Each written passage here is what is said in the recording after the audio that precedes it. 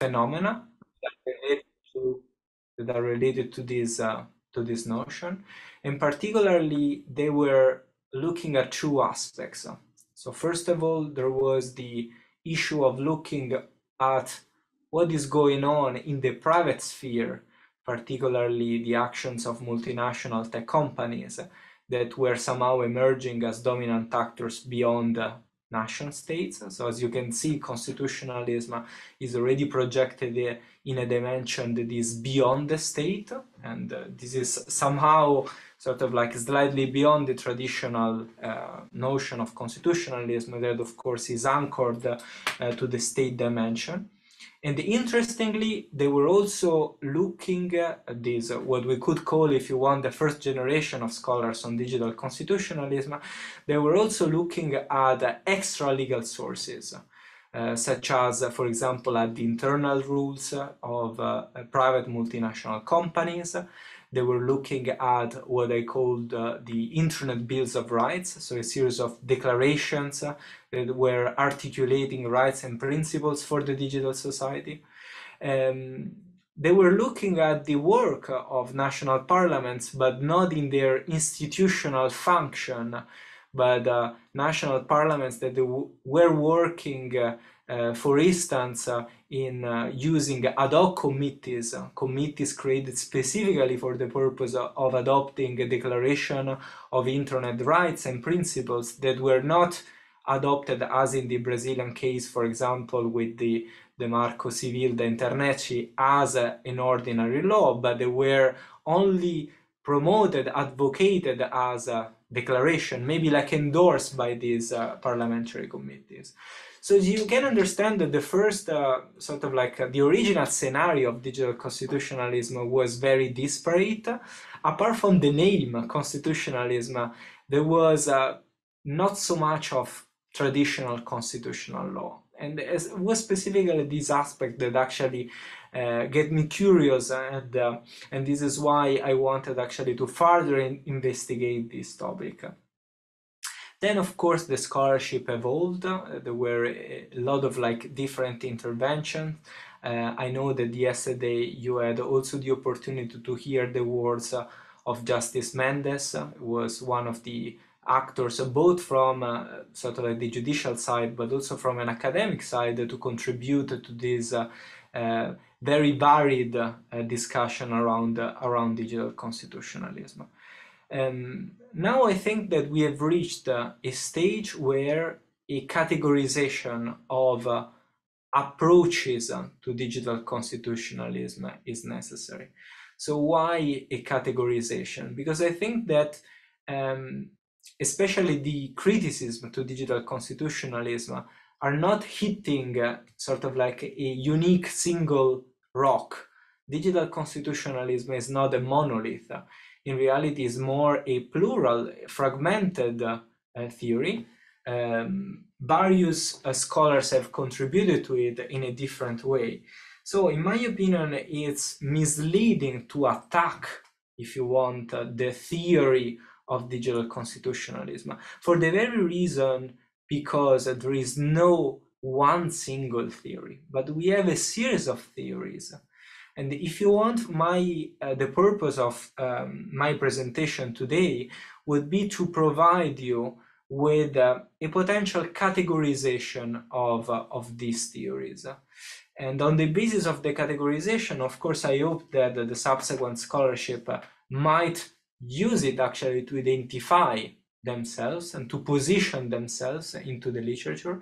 And I also hope that actually the criticism to the concept of digital constitutionalism that of course are enriching this academic debate will also be more careful in criticizing the concept simply by targeting a category or an approach to digital constitutionalism. So the categorization, so I will articulate essentially my presentation in three parts, if you want. In the first part, I will tell you a few words about this categorization that I call a normative categorization. In the second part of my presentation, I would like to briefly provide you with an overview of the various arguments, critical arguments that have been used against the theories of digital constitutionalism. And then in the final part, hoping to be on time, I would like to propose you a sort of like a counter critique to these arguments, of course, from a personal perspective. So let me first start with this categorization. So I told you I would like to propose a normative categorization. Normative not in the sense of prescriptive. So I'm not here actually to tell you the final word about the categories of digital constitutionalism, but rather normative in the sense of legal, in the sense of juristic categorization. So I would like to provide a categorization of approaches to digital constitutionalism that are based on the sources, legal sources, and I put the legal into brackets, that are used by these different scholars. So first of all, I think that the first category that we can identify, I will propose 4 categories in total. The first category that we can identify, we could call it the traditional constitutionalist approach. I would like to start from this category because probably like traditional constitutionalist approach, I refer, of course, to the notion of constitutional law as we studied it in our legal textbook. So essentially, constitutional law as the set of text norms that are included in what in the hierarchy of legal sources is considered as constitutional law. So of course, this varies depending on the countries, but we do generally refer to it be written or not. We refer to laws with constitutional value. We refer to decisions of constitutional courts or to Supreme Courts, depending, of course, on the denomination that is adopted in the various countries. So this first approach to digital constitutionalism essentially looks merely at how the constitutional ecosystem in its purest, in its most traditional form, is reacting to the digital revolution. So one example of research that is done in this area might be to look at how text of national constitutions are transforming themselves in light of the digital revolution. So one sort of like easy example to understand might be to look at how constitutional amendments are emerging, for example, to incorporate what we could call digital rights into national constitutions. So of course, this research might be sort of like on a national level. This might be conducted at a more international level, adopting a comparative perspective. I think that the work you have heard yesterday, the words by Justice Mendes, so the work by Justice Mendes, I think that well personifies, embodies this first category. So we're looking at how, for example, the judicial decisions at constitutional level are affected by the digital revolution, how they are reacting, which solution they are proposing to the challenges of the digital revolution. So here we are, of course, within the remit, the perimeter, if you want, of traditional constitutional law. We are also the perimeter of traditional law without the sort of like constitutional attribute. Why do I specify this? Because then we can identify a series of approaches that distantiate themselves progressively from traditional constitutional law, from the state dimension, and consequently from what we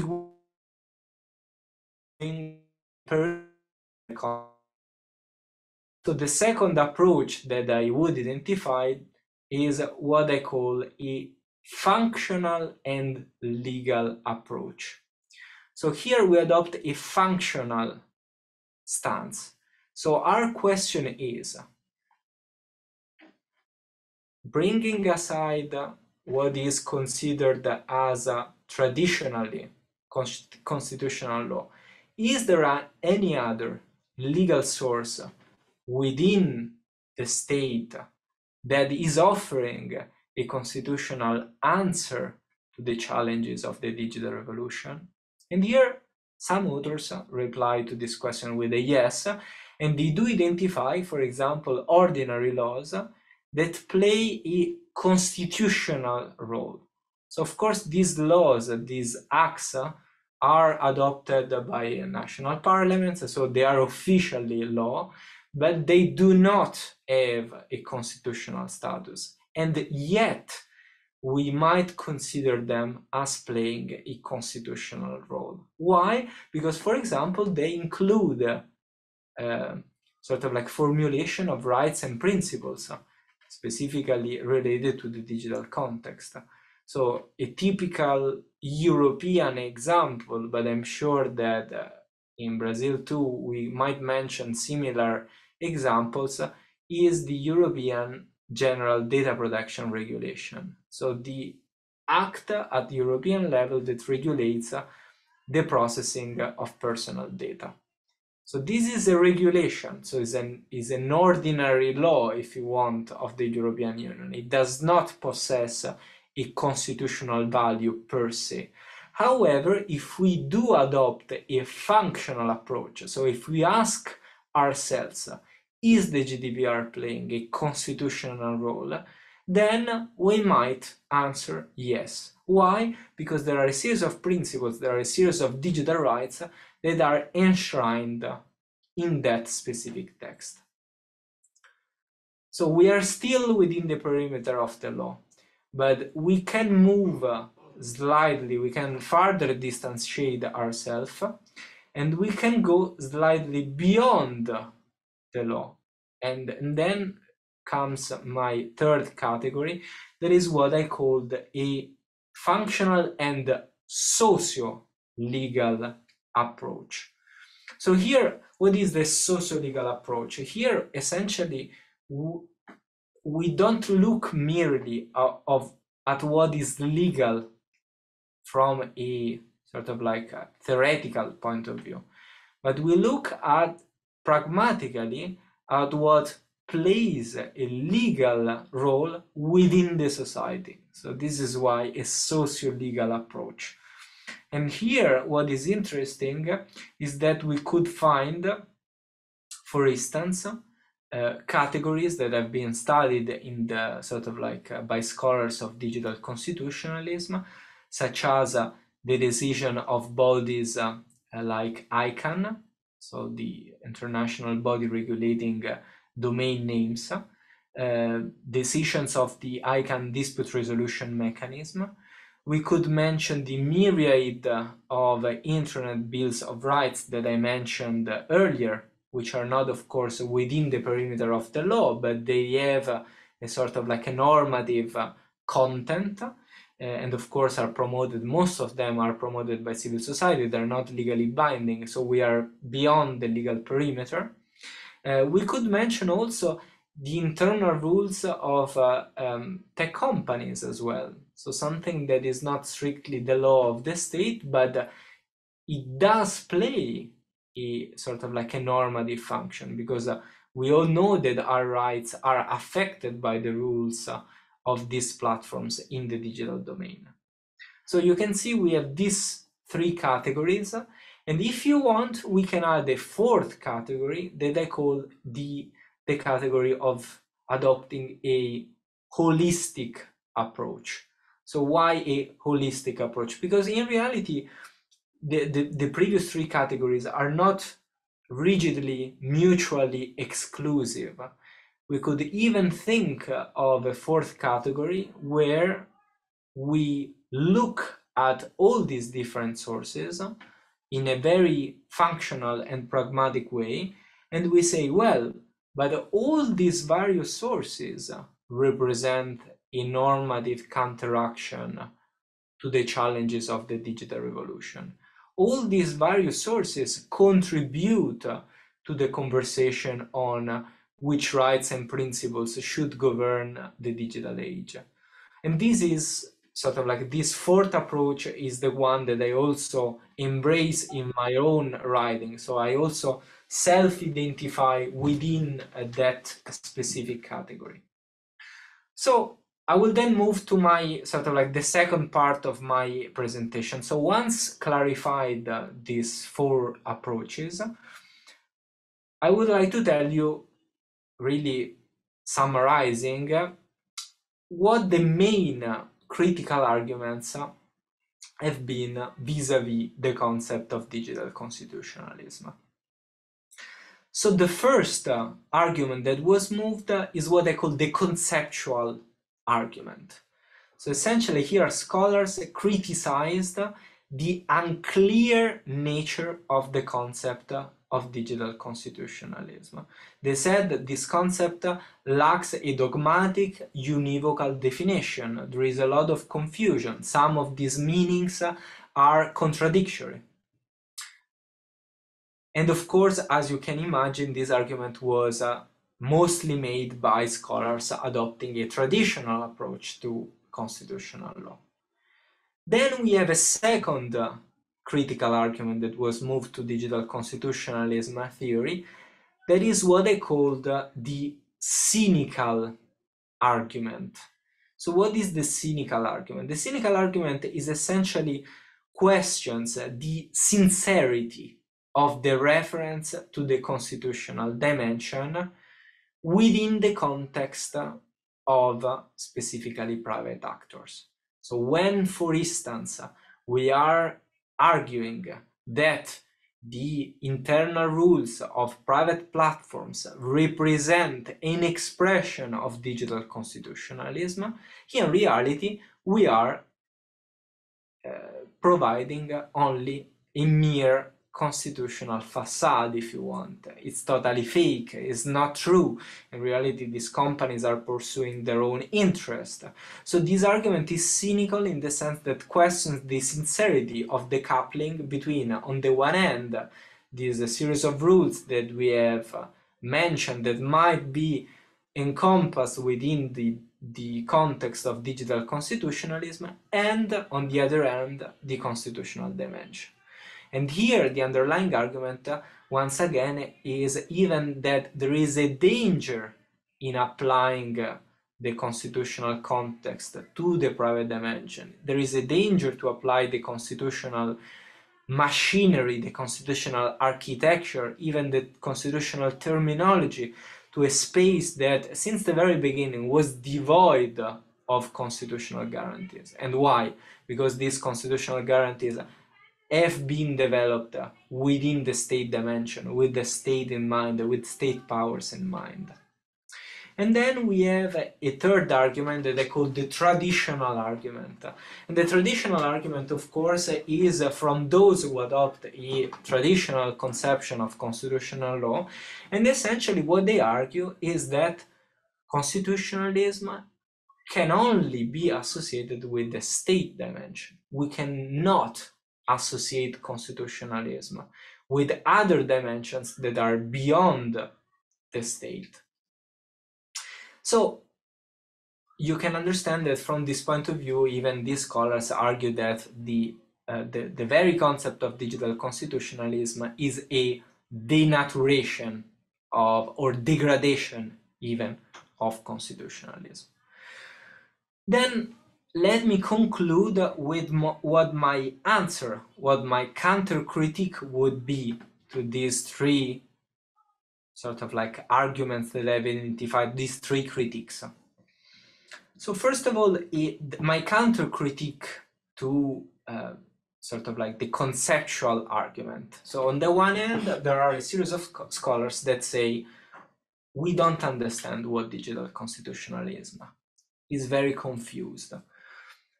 And I do agree with a part of this criticism. Why? Because I think that what often we are missing is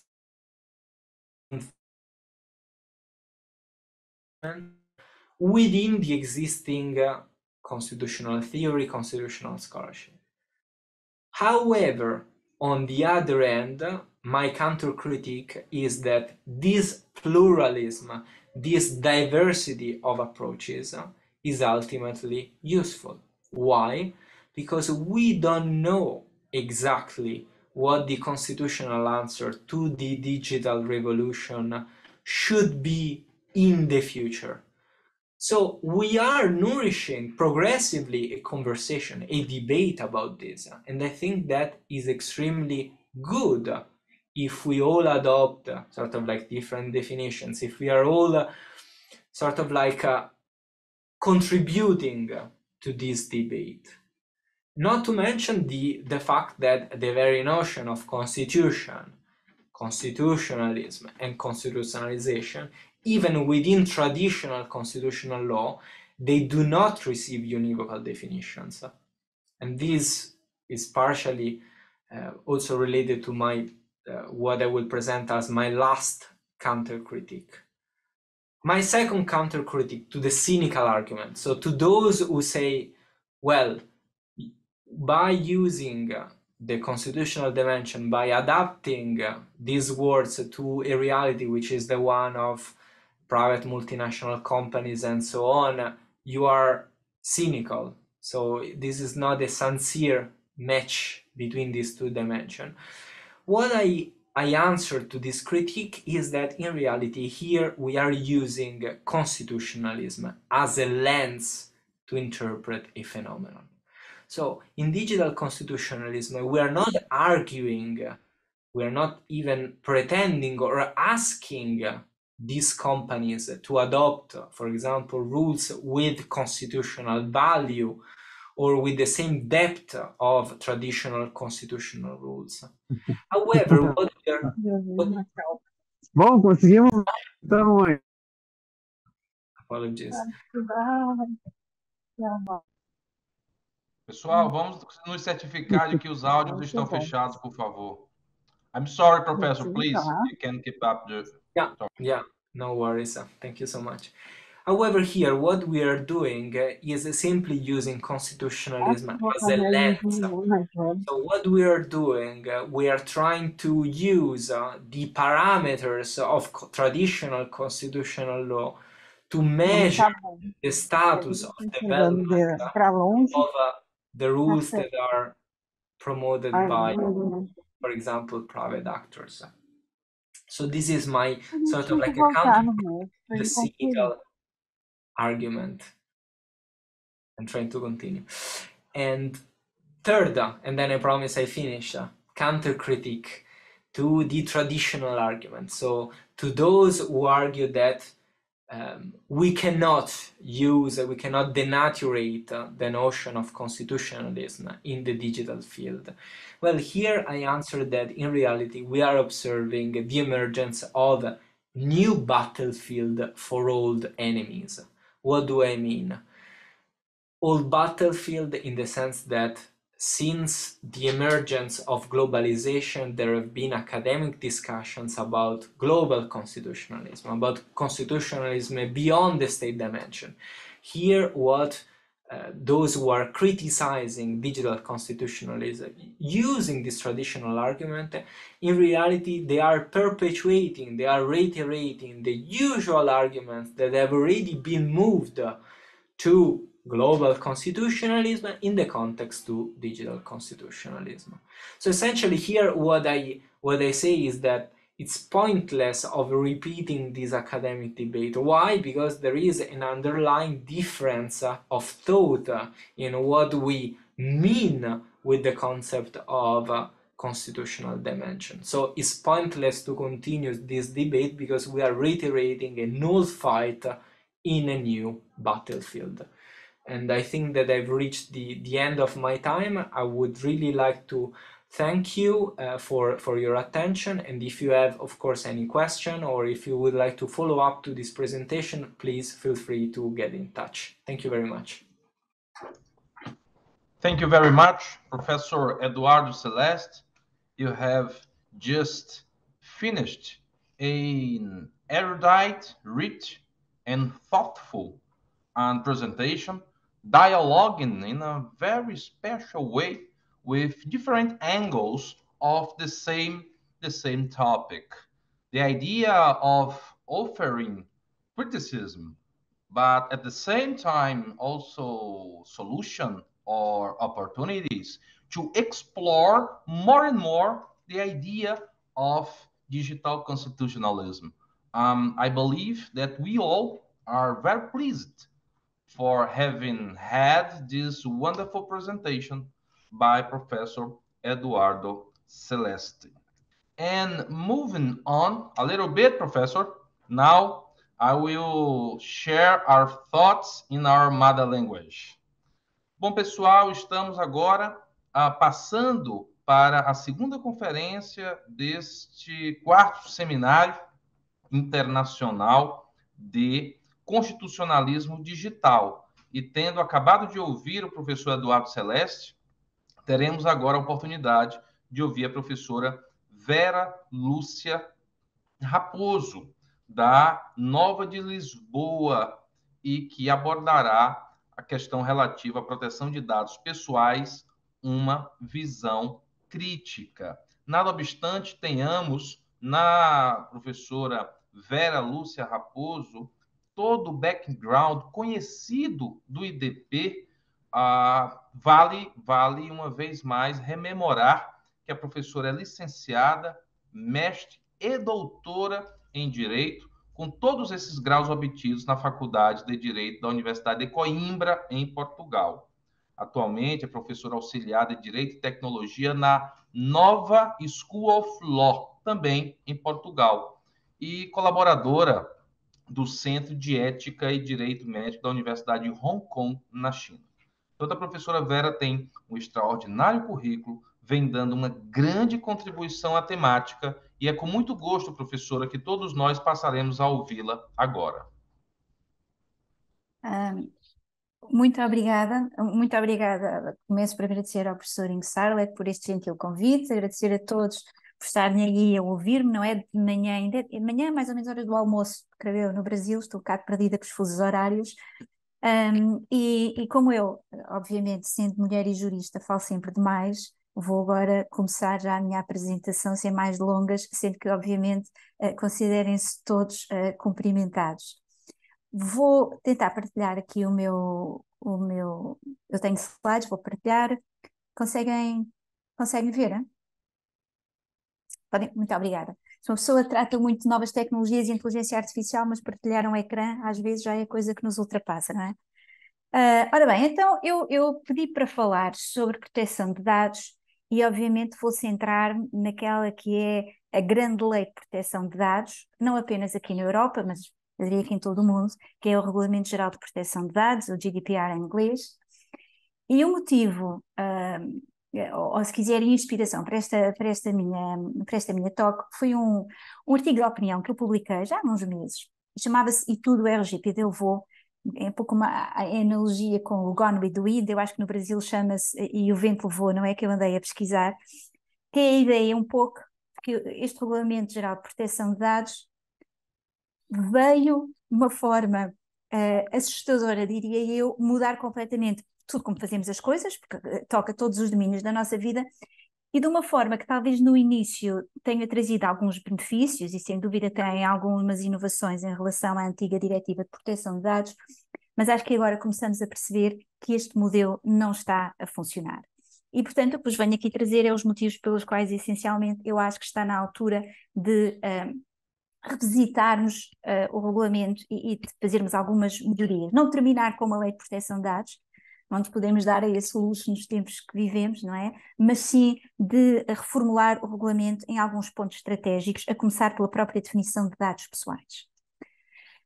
Ora bem, para quem anda completamente distraído nestas coisas, e também não sei exatamente qual é o vosso background, todos os que aí estão, e vejo que são muitos, só para vos dizer, este é o nome completo do regulamento, como nós gostamos na União Europeia, é um nome longo, não é? Com toda a informação, nós conhecemos por RGPD, e não é a primeira lei de proteção de dados que temos aqui na União Europeia, ele vem substituir a nossa antiga diretiva, que já vem dos anos 80, que era uma diretiva que tinha falhas grandes, nomeadamente em relação à internet e à proteção de dados na internet, cookies, e-mails, etc.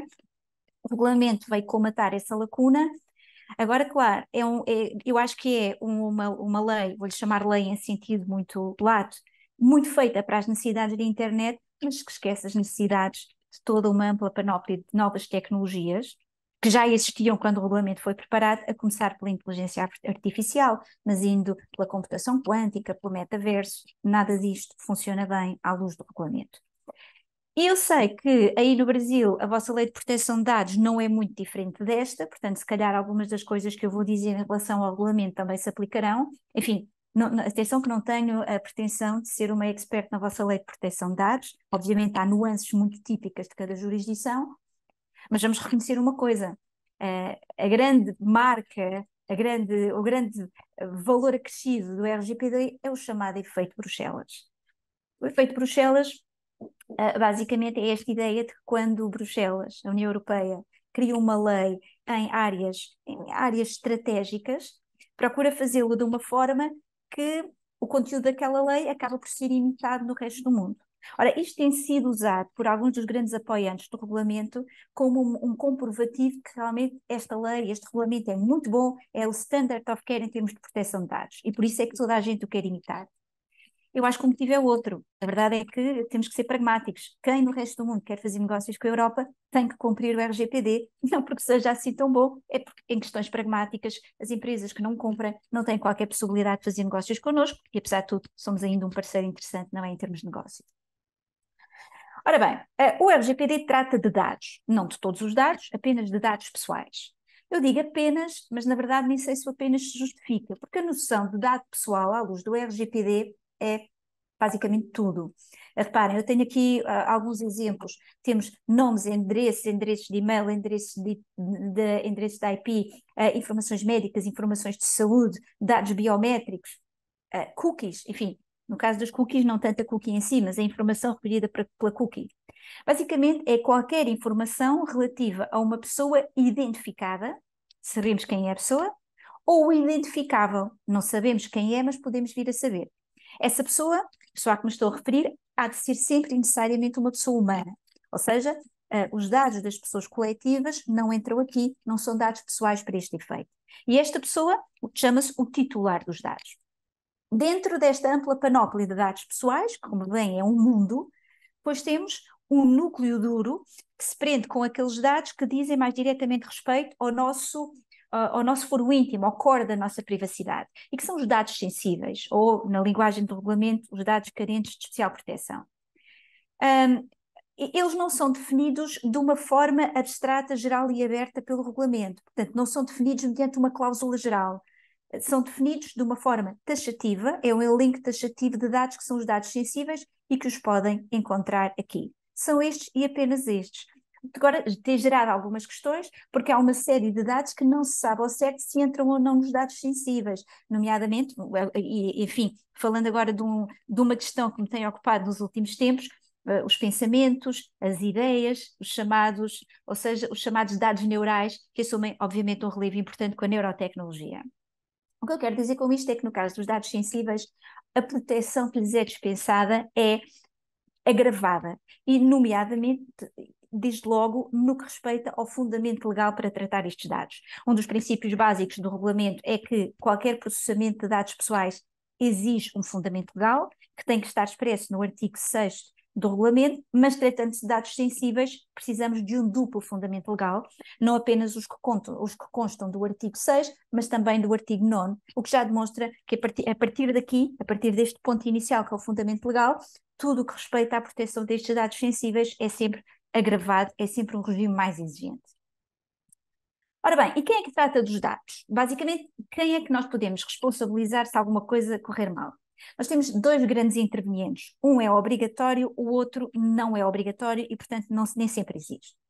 O obrigatório é o responsável pelo tratamento dos dados, aquilo que eu às vezes, enfim, eu peço desculpa, eu costumo falar desta matéria em inglês e, portanto, muitas vezes chamei este player, o controlador, fazendo uma tradução literal da versão inglesa do controller. Ora bem, o responsável pelo tratamento é o chefe, é quem decide. Segundo a definição do regulamento, é aquilo que determina as finalidades e os meios do tratamento de dados pessoais. Portanto, é o que toma as decisões basilares.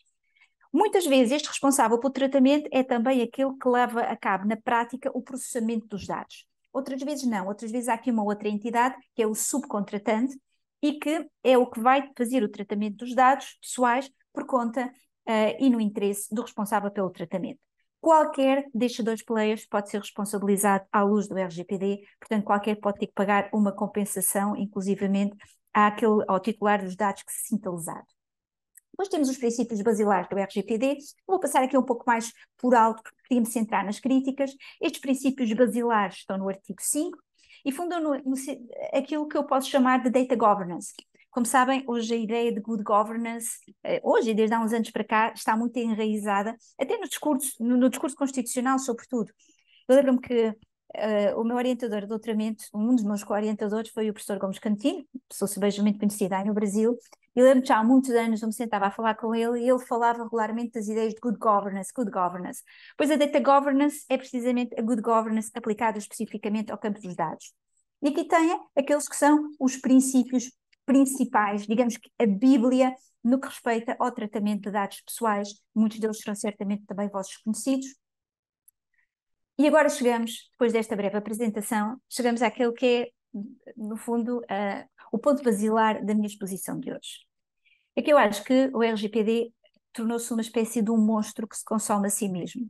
Ele assumiu proporções tais que neste momento domina todo e qualquer aspecto da nossa vida.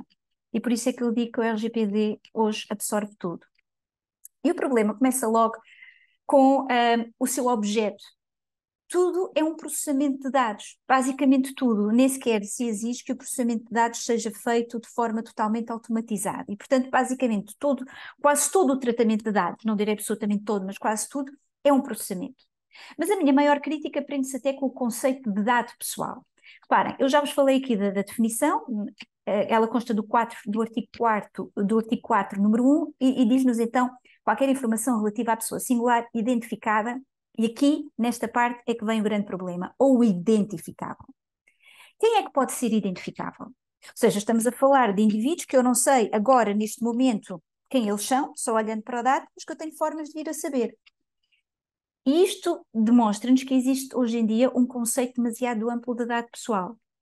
De tal forma que nós podemos, inclusivamente, questionar se ainda existem dados não pessoais. E porquê é que as coisas também se tornaram, ou porquê é que o conceito engordou tanto nos últimos anos? Parem, em boa medida por força de novas tecnologias, sobretudo conceitos como os Big Data e a inteligência artificial, tornam as pessoas praticamente, quase todos nós podemos ser identificados. Tudo depende da tecnologia que alguém está a utilizar para nos conseguir encontrar no meio de uma multidão e da quantidade de informações conexas que podemos correlacionar de forma a chegar à identidade do indivíduo. Eu não sei se estão muito familiarizados com a noção de Big Data, mas eu, quando falo disto aos meus alunos, costumo sempre contar esta historinha. É uma história muito pequenina e verídica, o que a torna mais interessante, mas que mostra bem o mundo de cristal em que vivemos. Há mais de uma década atrás, nos Estados Unidos, um pai enraivecido dirigiu-se a uma daquelas lojas, das lojas Target, não é, que existem espalhadas por todos os Estados Unidos, porque ele tinha recebido em casa aquela publicidade que chega pelo correio, panfletos que mostram os novos produtos da loja, e era um panfleto que tinha informação unicamente sobre produtos acerca de bebés, de mulheres grávidas, e vinha endereçado à sua filha, que na altura era uma jovem teenager. E o pai estava enraivecido.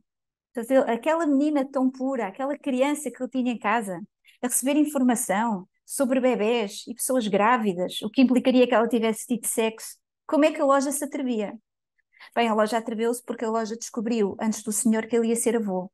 E como é que a loja descobriu que a nossa adolescente, na verdade, estava grávida?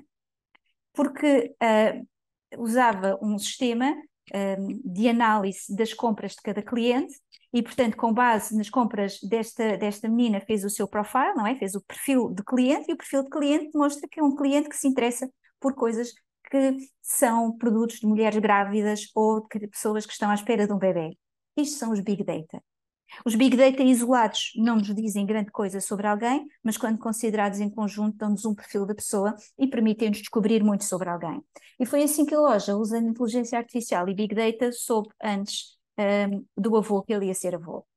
Então isto demonstra que tal como aqui o Liam Neeson no filme Taken, hoje em dia é possível que alguém neste mundo saiba quem nós somos, onde nós estamos e que carro conduzimos. Todos nós somos hoje, de certa forma, feitos de cristal. E é por isso que eu vos digo que o próprio conceito de dado não pessoal está provavelmente em vias de extinção.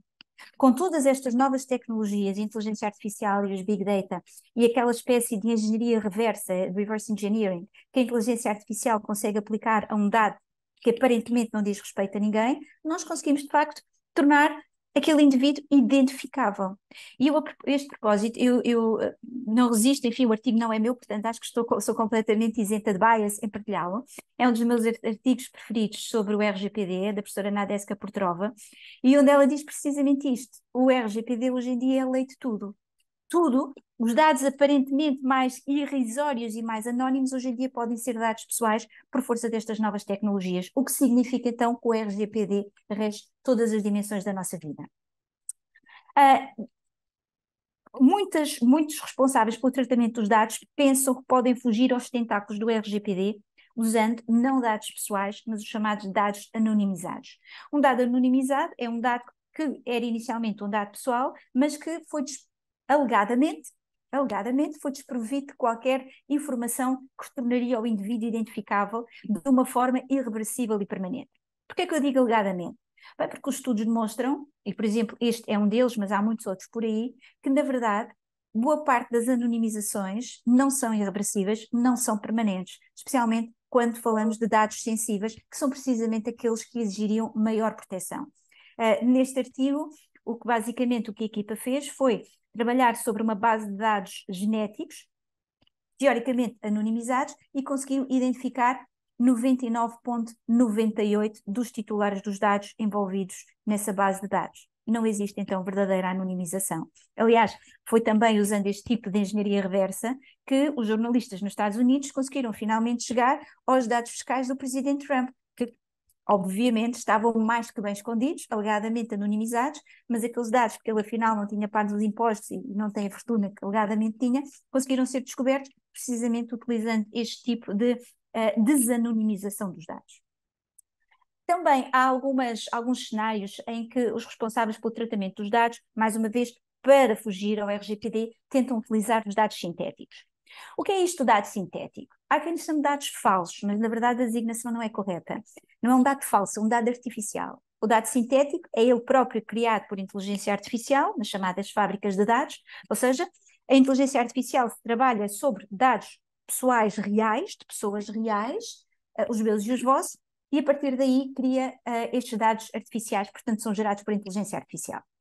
Quando a noção de dado sintético apareceu, eu acho que houve um grande burburinho à sua volta, houve muito entusiasmo da comunidade científica, da comunidade empresarial, da comunidade jurídica. Eu própria tive o meu momento, dados sintéticos, mas depois rapidamente percebemos, pés na realidade, que na verdade isto não era uma solução para o nosso problema. Porquê? Primeiro, duvida-se da utilidade destes dados. Enfim, eu sou uma mera jurista, portanto, não consigo saber quão úteis ou inúteis eles são. Isto é matéria para gente da IT e data scientists. Mas o que me foi explicado é que para muitos usos, não necessariamente para todos, mas para muitos deles, estes dados são absolutamente inúteis porque não são fiáveis.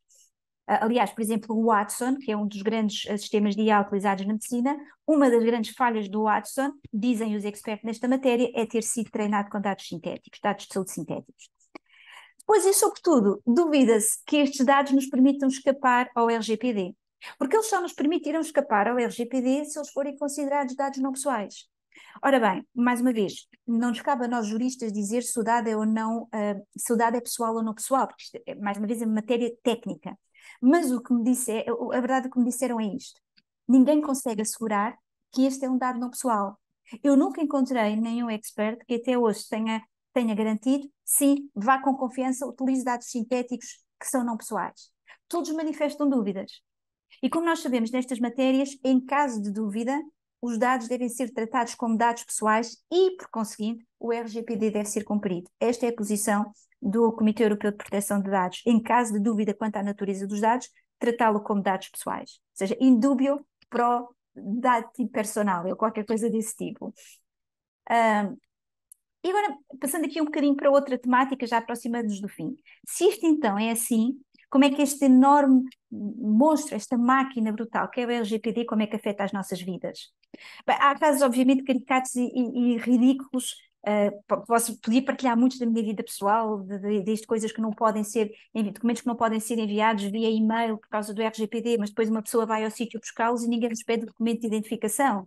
Ou seja, esse tipo de casos caricatos, há muito medo do RGPD, mas depois há erros constantes. Mas aqui falando em 3 cenários que me parecem paradigmáticos a propósito dos efeitos do RGPD. Dos efeitos menos positivos, porque é óbvio que ele tem efeitos positivos em alguns domínios. Por exemplo, no que respeita a detectar fraudes. Reparem, há muitas organizações que precisam imperiosamente detectar possíveis fraudes para o seu bom funcionamento, para a sua good governance, se me permitem voltar ao tema, para a confiança dos clientes. Bancos, companhias de seguros, por exemplo, já para não dizer outras, mas enfim, falando essencialmente destas. Hoje em dia isto é difícil de fazer, porque a maior parte dos responsáveis pelo tratamento dos dados apenas pode manter os seus dados por um período de tempo muito circunscrito, que é o período de tempo absolutamente necessário para realizar as finalidades que presidiram, que orientaram à recolha daqueles dados. Ora, obviamente que detectar as fraudes não foi o motivo pelo qual os dados foram recolhidos. Os dados foram recolhidos para prestar um determinado serviço ao cliente. Fim do serviço, os dados devem, segundo o RGPD, ser apagados, com algumas exceções que são poucas e que são monitorizadas de uma forma muito circunscrita. Por outro lado, estas organizações são também obrigadas, à luz do RGPD, a informar os titulares dos dados de que estes dados existem. Ora bem, é claro que para vias de investigação interna e detectar possíveis fraudes e outras condutas ilícitas, se a pessoa que está a ser investigada sabe que está a ser investigada, isto causa aqui alguns problemas, até no que respeita à eliminação de alguns indícios. E depois, o titular dos dados tem ainda o direito ao esquecimento, o direito a que os dados sejam apagados e, portanto, podem enviar uma carta, basta ter uma carta a este responsável pelo tratamento a pedir que os dados sejam definitivamente apagados. Tudo isto torna muito difícil para certas organizações poder detectar fraudes. Outro cenário muito específico, o desenvolvimento dos sistemas de inteligência artificial, que é uma das minhas principais áreas de atuação. Repare, eu costumo dizer que a inteligência artificial é tão boa ou tão má com que os dados com a qual a alimentamos. Uma inteligência artificial que seja eficiente, que seja fiável, que seja de confiança, que tenha bons resultados, exige muitos dados e de boa qualidade. Só para terem uma ideia, para um sistema de inteligência artificial conseguir identificar com cerca de 95% de sucesso a imagem de um gato, uma coisa tão simples como dizer isto é um gato, o sistema de IA precisa primeiro de ver 120 mil imagens de gatos. São muitos dados. Isto é só para dizer que isto é um gato. Agora imaginem sistemas complexos, como aqueles que são usados, por exemplo, nas investigações criminais, para delinear políticas públicas, na prestação de cuidados médicos. Estamos a falar de sistemas que precisam de petabytes de dados pessoais. Mas como é que nós vamos utilizar todos esses dados pessoais com todas as limitações do RGPD? Isto é o problema conhecido como garbage in, garbage out. Se eu der dados insuficientes à IA, o resultado que eu tenho é obviamente insuficiente e porventura erróneo. E este é um problema que nós temos na Europa, desenvolver bons sistemas de inteligência artificial, com todas as limitações que temos no que respeita às bases de dados usadas para desenvolver os sistemas de IA. Também na medicina genética, por exemplo. E falo em particular da medicina genética porque os dados genéticos são, dentro dos dados sensíveis, eu diria que são os daqueles hipersensíveis. Como sabem, hoje uma das grandes promessas da medicina envolve a genética, testes genéticos, edição genética, medicina personalizada. Para desenvolver todos estes procedimentos genéticos, eu obviamente preciso de dados genéticos. Bem, mas o RGPD, embora obviamente tenha aqui um regime especial quando está em causa a investigação científica, no seu artigo 89, o RGPD coloca muitas limitações. Claro que podemos pensar em utilizar dados genéticos que tenham sido anonimizados, aquilo que eu falava há pouco. Mas a anonimização de dados, tal como eu referi, e já vos dei um exemplo, e agora tenho aqui um outro exemplo que ainda é mais antigo, porque este artigo é de 2013, ou seja, já há 10 anos nós sabíamos que a anonimização de dados genéticos é praticamente um unicórnio, é uma utopia, não existe na verdade. Aliás, o próprio Comitê Europeu de Proteção de Dados já reconheceu isto. Disse, é muito difícil anonimizar dados genéticos, portanto, quando tratarem de dados genéticos, mesmo que alegadamente anonimizados, o melhor é tratá-los como se fossem dados pessoais, o que obviamente é um grande obstáculo para o desenvolvimento da medicina genética. Aliás, eu acho que é precisamente no campo médico e por causa dos desenvolvimentos médicos que hoje em dia temos aquilo que é para mim o maior reconhecimento do fracasso do RGPD. A Comissão Europeia começou a perceber que havia por aí muitos dados a pairar que não podiam ser utilizados, dados que seriam valiosíssimos em termos de benefícios na medicina, benefícios inclusivamente financeiros, e que não podíamos utilizar por causa do RGPD. Então criou uma ideia que são chamados data bubbles, ou bolhas de dados, ou se quiserem, os espaços de dados, que são espaços circunscritos, que vão ser criados em variados domínios, onde os dados vão poder mais facilmente ser utilizados, reutilizados e partilhados. Os espaços de dados vão crescer em vários domínios. O primeiro regulamento que está agora em discussão é precisamente o Espaço Europeu de Dados de Saúde, que pretende criar um destes data bubbles, uma bolha de dados, no domínio da saúde e, eventualmente, conseguir resolver alguns dos problemas a propósito dos sistemas de IA na saúde e da medicina genética. Apenas alguns problemas, porque este próprio regulamento também tem as suas fragilidades. E esta ideia de que o RGPD ou o GDPR, se preferirem, regula demasiadas situações, foi inclusivamente reconhecida por um dos advogados-gerais, o advogado Bobek, num caso de 2021. Este é um trecho da opinião do advogado-geral, e onde ele dizia precisamente isso. Hoje em dia, quase todas as situações da vida estão a ser reguladas pelo RGPD. O RGPD tem uma coisa que é chamada exceção doméstica, o que significa que, alegadamente, não regula casos do nosso foro doméstico, da nossa vida familiar. Mas o conceito que é aqui a vida familiar, o foro doméstico, as situações muito privadas da minha vida, na verdade é um conceito os exatos limites são nebulosos, nomeadamente por causa, por exemplo, das redes sociais, das redes do WhatsApp, dos e-mails, o que é privado e o que é público hoje em dia. E o que o advogado-geral Bobek dizia nesta sua opinião é: o RGPD tornou-se a lei mais violada deste mundo. Porque se nós fôssemos a cumprir o RGPD em todas as situações, estávamos constantemente a sofrer sanções e a pagar as pesadas sanções económicas, sanções financeiras que o RGPD impõe, o que seria obviamente inviável. Portanto, nós optámos por, em muitas situações, ignorar o RGPD como se ele não existisse, o que torna praticamente poesia, não é? Law in the books, mas não propriamente na prática, porque na prática é inviável cumprir com todos os requisitos do RGPD. E se no fim do dia me perguntarem se os nossos dados estão mais protegidos que o RGPD, eu tenho sérias dúvidas. Porque um dos grandes lemas do RGPD é o empowerment do titular dos dados mediante a ideia do consentimento. Mas a verdade é que hoje em dia temos uma fadiga de consentimento. Para tudo e mais alguma coisa, nós temos que prestar o consentimento para o processamento dos nossos dados. Na maior parte das vezes são parágrafos e parágrafos de informação extremamente técnica, a Self Times New Roman, também no 8, uma informação extremamente técnica, maçuda e, muito sinceramente, eu acho que já quase ninguém liga, porque nós sabemos que se não dermos o consentimento para o processamento dos dados pessoais, não vamos ter acesso àquele serviço, porque o responsável pelo tratamento dos dados não nos vai poder dar aquele serviço. E basicamente nós queremos é ter acesso ao serviço. Portanto, eu admito que a maior parte das pessoas já assina de cruz. Simples, já não estou farta de consentimentos. E a maior parte deles não os conseguimos compreender. De modo que eu termino aqui a minha apresentação com uma imagem daquilo que é a parte que eu acho que é a mais importante do RGPD, aquela que tem sido mais violada.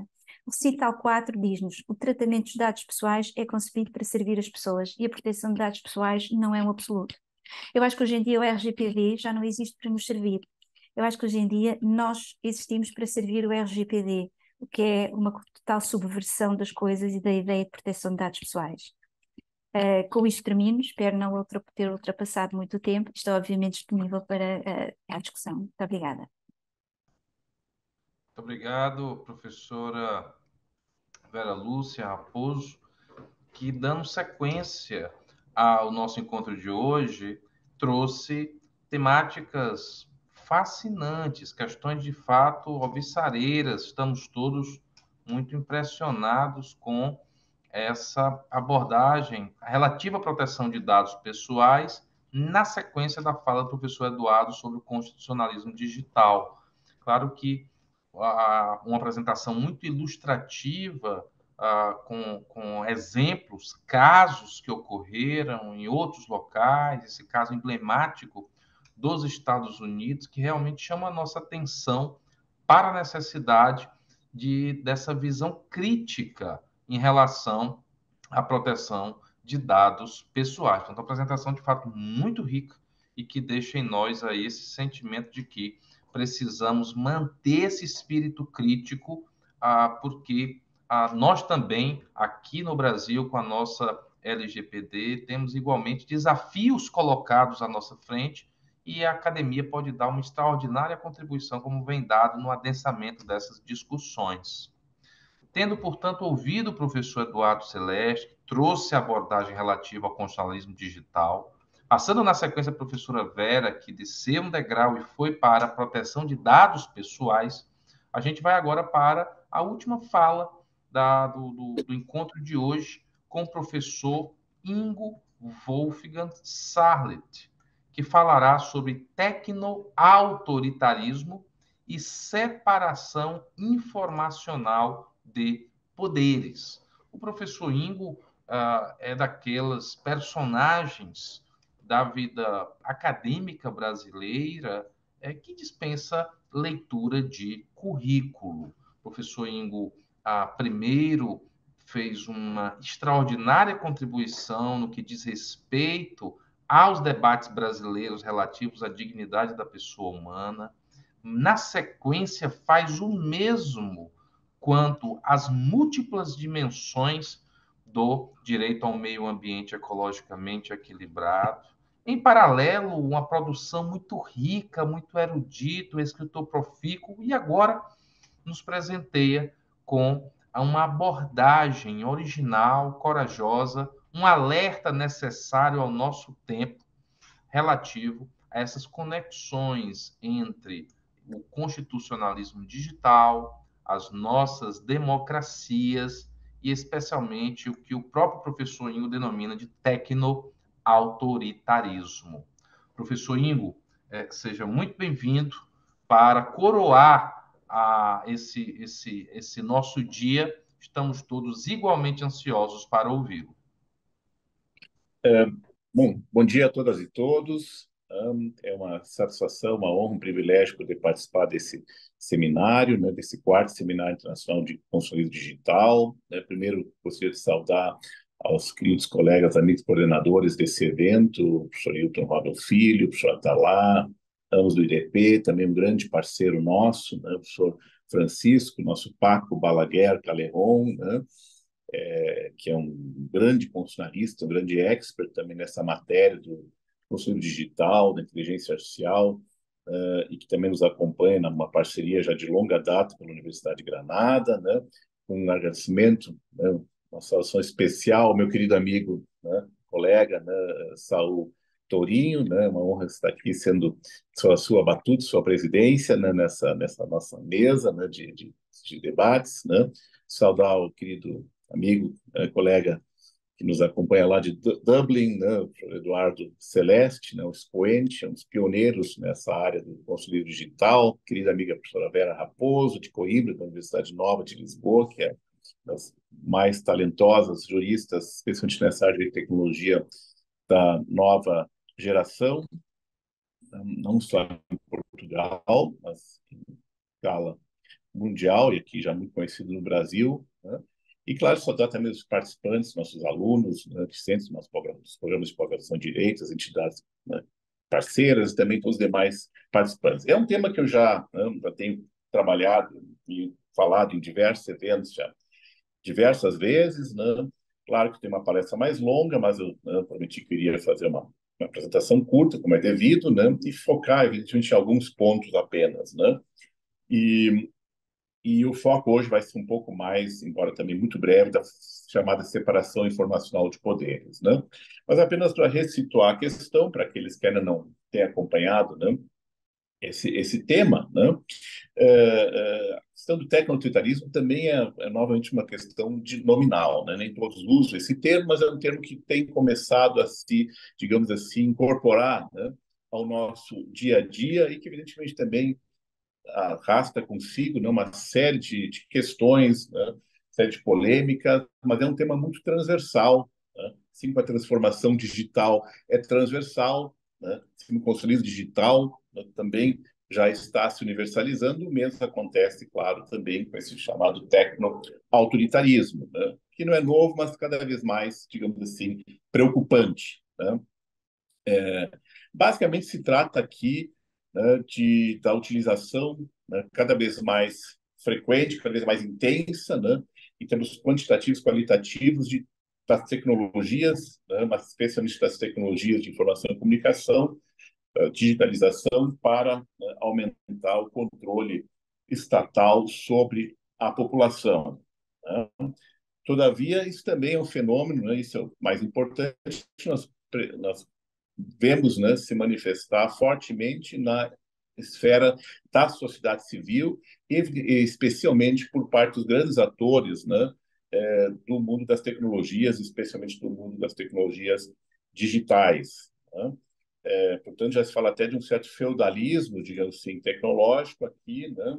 Nós sabemos o quanto essas entidades, esses órgãos, corporações exercem poder econômico, político, de influência também, em geral, né? E é claro que o controle sobre essas instituições, né, ainda é muito frágil, né? Basicamente, né, elas ainda fazem quase que bem entendem, né? E evidentemente querem que isso fique assim. Está aí também todos os debates, né, em torno da regulação, da melhor forma de regulação, da eficácia das estruturas regulatórias, né, que obviamente perpassa todo mundo já, com alguns exemplos, evidentemente, de legislações aprovadas, né?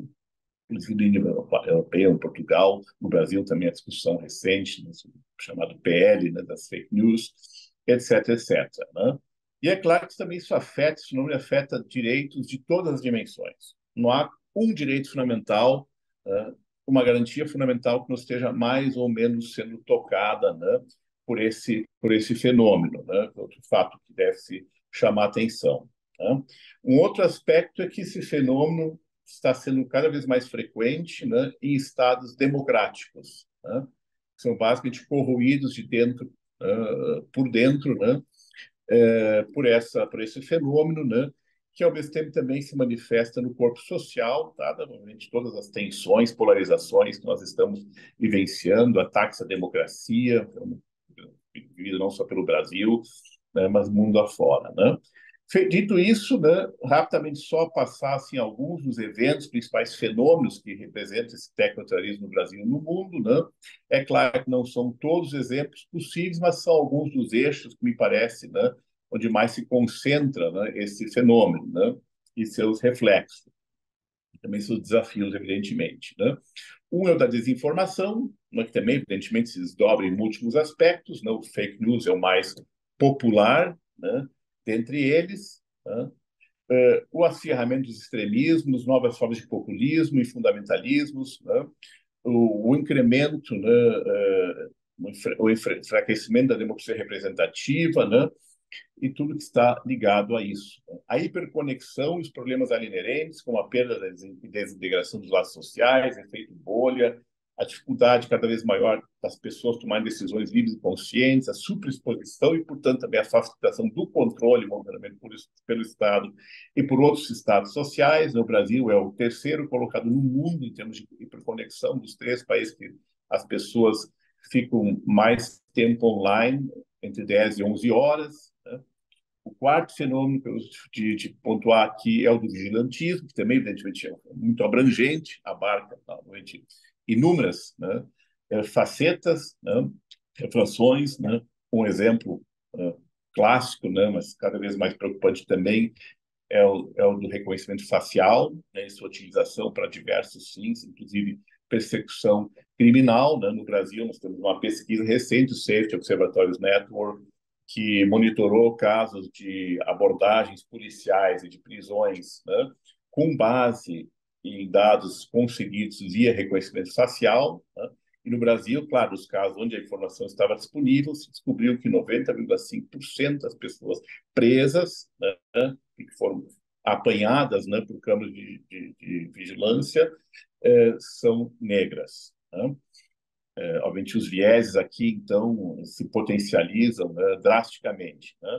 A exclusão digital é outro fenômeno importantíssimo aqui, né? Talvez um dos mais importantes, porque ela diz respeito a todas essas dimensões, né? E, é claro, nas suas múltiplas facetas também, a exclusão apenas do acesso, a exclusão chamada de uso, a exclusão também da qualidade de uso, né? Que, somado aos níveis de analfabetismo funcional, se torna ainda muito mais explosivo, como também se verifica no caso brasileiro, que essas pessoas, embora tenham acesso à internet, não têm as condições de manusear e de realmente aproveitar esses serviços, se tornam muitas vezes reféns também desses sistemas, né? E, finalmente, né, que seria o foco, mas também muito brevemente, né, da minha exposição, que é o problema da cada vez maior concentração de poder informacional. Todos sabem, isso sempre foi assim, desde que o mundo é mundo, né? Desde que duas pessoas convivem, né? Que informação é poder, e quanto mais informação, e quanto mais informação concentrada, se torna cada vez mais poder, e até mesmo poder absoluto, né? Não é à toa que nós tivemos, né, já temos vários filmes, inclusive, sobre isso, né? É claro, talvez ainda uma visão um pouco exagerada, mas cá para nós, né, as coisas talvez não andam tão longe assim, tomando uma certa dimensão. É o caso, por exemplo, agora do último Missão Impossível, né? Aliás, penúltimo, né? Capítulo da Missão Impossível, Tom Cruise, aquela entidade, né? Na verdade, invisível, mas que concentra toda a informação e todo o poder, né? Consequências é um bom exemplo, né, dessa, assim, aqui com o próprio Tom Cruise né, protagonizou aquele The Minority Report, né, sobre a utilização de inteligência artificial preditiva, né. De qualquer sorte, né, o cinema nos ajuda muito também a compreender e alertar para esse fenômeno, né. Pois bem, é claro que uma das exigências do direito humano fundamental à proteção de dados pessoais é que a coleta, tratamento, mas também especial uso e compartilhamento de dados não pode ser abusivo, né? E deve obedecer uma série de parâmetros estabelecidos tanto pela Constituição por todos os regramentos, né, já existentes no mundo. A Vera falou, obviamente, especificamente disso, né? Mas é claro que se torna ainda mais problemático quando se trata de dados também por de órgãos estatais num ambiente de hipervigilância, né, crescente, né? E, obviamente, isso ainda, no contexto de conjuntura tecnopolítica, né, essa ideia de que não existem dados irrelevantes, né, também acaba sendo, obviamente, também mais importante aqui, né? É claro que o compartilhamento de dados, né, não é necessário, né, ninguém discute, ele é necessário para a economia, né, a economia toda depende disso, se movimenta também a partir, com base no compartilhamento de dados, né? Também a nossa vida pessoal afetada por isso. Na medicina, por exemplo, também telemedicina precisa haver compartilhamento de dados, né? É evidente que tem que haver compartilhamento de dados entre órgãos de segurança, né? Também para prestação de serviços públicos, para políticas públicas, etc, etc. Então, isso não é um problema, pelo contrário, isso é necessário, né? O problema são os limites disso, quais são os critérios, né, pelos quais deve se pautar, né, de forma constitucionalmente conforme, né, o compartilhamento de dados pessoais em particular, né? E, portanto, aqui também se cresce a importância, a discussão em torno do reconhecimento do chamado princípio, né, da separação informacional de poderes, né, assim como do devido processo informacional. É um tema também que não é propriamente novo, mas também está crescendo e ainda não tem muita coisa escrita, né? Eu aqui não vou ser modesto, né? Vou fazer aqui uma propaganda, né, de um texto, né, que também pode ser disponibilizado, porque é acessível, talvez possa interessar, porque é acessível, né? É um pequeno livro que eu escrevi com a minha esposa, a professora Gabriele, também da PUC, né, sobre separação informacional de poderes, que, na verdade, é a republicação em forma de livro no selo Saraiva Expressa de Books, né, uma coleção sobre tecnologia, inovação e produção de dados, que eu coordeno juntamente com o professor Laura Mendes e também com o saudoso, agora em memória, né, professor Danilo Doneda, né? Esse também foi o resultado de um parecer publicado no site da Data Privacy Brasil, disponível em PDF para todos, né, onde se sustenta, então, a existência de um princípio constitucional implícito da separação informacional de poderes, né, que vincula diretamente todos os atores estatais, e, obviamente, com reflexo também na esfera privada. No Brasil, felizmente, né, o nosso Supremo Tribunal Federal, né, tem sido um bastião de resistência aqui a esses movimentos tecno-autoritários, né, seja de onde partirem, né, também já tem decisões importantíssimas que nós recebemos, não só sobre proteção de dados pessoais, mas também envolvendo a questão da separação informacional dos poderes, portanto, de limites ao compartilhamento, né? Considerados, obviamente, constitucionalmente conformes. Veja que a própria decisão de maio de 2020, né, lá da DI 6387, né, relatoria da ministra Rosa Weber, o famoso caso que já se criou, né, reconheceu o direito fundamental implícito e autônomo à proteção de dados pessoais, era uma decisão que envolvia o controle de constitucionalidade, né, de legislação, medida provisória, que não tratava apenas disso, mas que também, né, no seu bojo, né, envolvia, né, a questão a obrigação das empresas de telefonia móvel e fixa compartilharem os dados, os contatos, os dados dos seus clientes, né, com o IBGE, né, para fins depois de pesquisas, né, e políticas públicas. Então, basicamente, é isso. Nós sabemos que essa decisão é polêmica, que nem todos concordam com a declaração de inconstitucionalidade, mas todos concordam e aplaudiram, né, o reconhecimento do direito fundamental neste contexto. Então, vejam lá, a história da proteção de dados no Brasil começa com a questão dos limites ao compartilhamento de dados pessoais. É só um dado que eu gostaria de dar. E, claro, temos outras decisões já, né? Eu gostaria apenas de citar uma aqui, né, que é o da ADI, não é a única, né? Depois você citar mais uma outra, mas que repete grande parte desse parâmetro, né? É o da ADI 6529, né? Julgado em 8 de outubro de 2021, né? Pouco mais de 2 anos atrás, né? Relatoria da ministra Carmen Lúcia, né? Que consigna no seu voto, aqui abro aspas, né, que a Constituição da República repudia poder sem controle, exige a motivação dos atos administrativos e que todos eles seguiam pelos princípios da legalidade, impessoalidade, moralidade, publicidade e eficiência.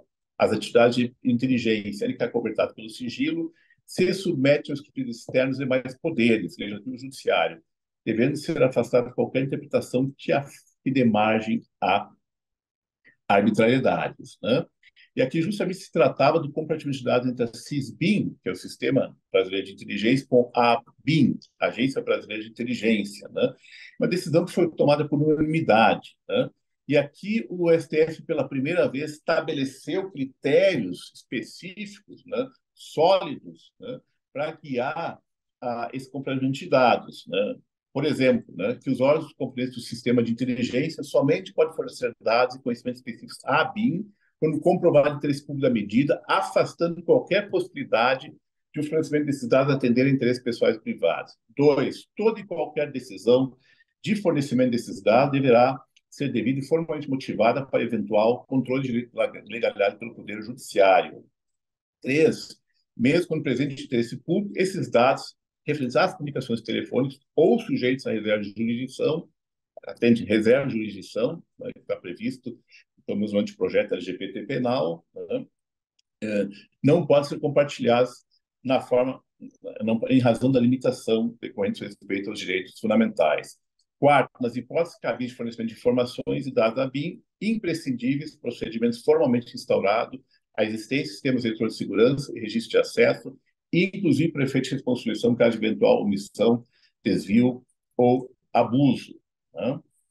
Na DPF 695, né, relatoria do ministro Gilmar Mendes, que versa sobre o processamento de dados, estava, né, pelo Serviço Federal de Processamento de Dados, certo, também com a BIM, né, com base no decreto, famigerado decreto 10.046, que revogou o decreto 8789 de 2019, passou a disciplinar o compartilhamento de dados no âmbito da administração pública federal, além de instituir o cadastro base cidadão e criar o Comitê Central de Governança de Dados, né, o STF novamente se ocupou do tema e, basicamente, na decisão definitiva, né, de 15 de setembro de 2022, pouco menos de um ano, né, vai completar um ano no final, né, desse curso, né, novamente se julgou parcialmente os procedimentos pedidos, né, optando por conferir interpretação conforme a Constituição a esse decreto, né, e basicamente seguindo novamente essa ideia de que os companheiros de dados passam a ter uma posição central na atuação do Estado, né, e novamente estabelecendo aqui, além dos requisitos já fixados, alguns outros requisitos adicionais que aqui não vou ter condições de desenvolver, né, mas, inclusive, o dever dos órgãos de entidades públicas demonstrar a real necessidade de acesso e compartilhamento, né? Entre outros, né?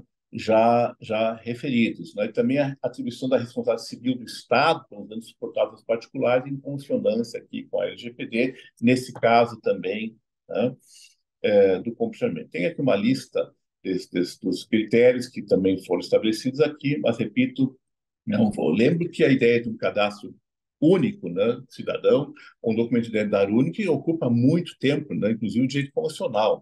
Vera me corrige se eu estiver errado, a Constituição Portuguesa de 1976, já na versão 1.0, né, proibia, né, a existência de um documento de identidade único para o cidadão português. Né?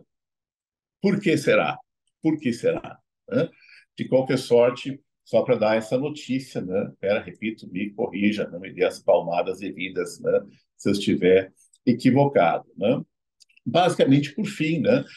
Essa ideia, portanto, que se sustenta esse princípio constitucional vinculante da separação informacional de poderes, permite com a citação do nosso querido amigo, né, grande jurista e professor catedrático da Universidade de Humboldt, de Berlim, né, o professor Luiz Greco, né, que esteve conosco, inclusive agora recentemente, no Congresso de Ciências Criminais na PUC, que faz semana passada, né, final de agosto, perdão, lembro que na introdução, na apresentação de um livro, né, cuja tradução ele patrocinou pela Marcial Pons, né, do Jürgen Wolter, né, sobre provas ilícitas, né, no direito penal, só penal, diz o seguinte, abro aspas, se saber é poder, o Estado não pode saber tudo, porque o Estado que tem conhecimentos ilimitados tem também um poder ilimitado. O direito de proteção de dados, que começa como direito subjetivo, mostra-se, ao menos em boa parte, como garantia institucional relativa à própria estrutura da sociedade do Estado. Nesse nível macro, o direito se transforma em uma exigência da separação informacional de poderes. Com isso, tenho dito, e aí, Saul, queridos amigos Eduardo, Hilton, Vera, né? Eu tenho uma palestra, estou aqui no Hotel de Brasília, né, acompanhando esse nosso evento, né? E eu, na sequência, preciso sair, porque eu tenho uma palestra presencial no evento do STF aqui em Brasília sobre justiça climática. Então, peço desculpas por não poder ficar mais para os debates, né?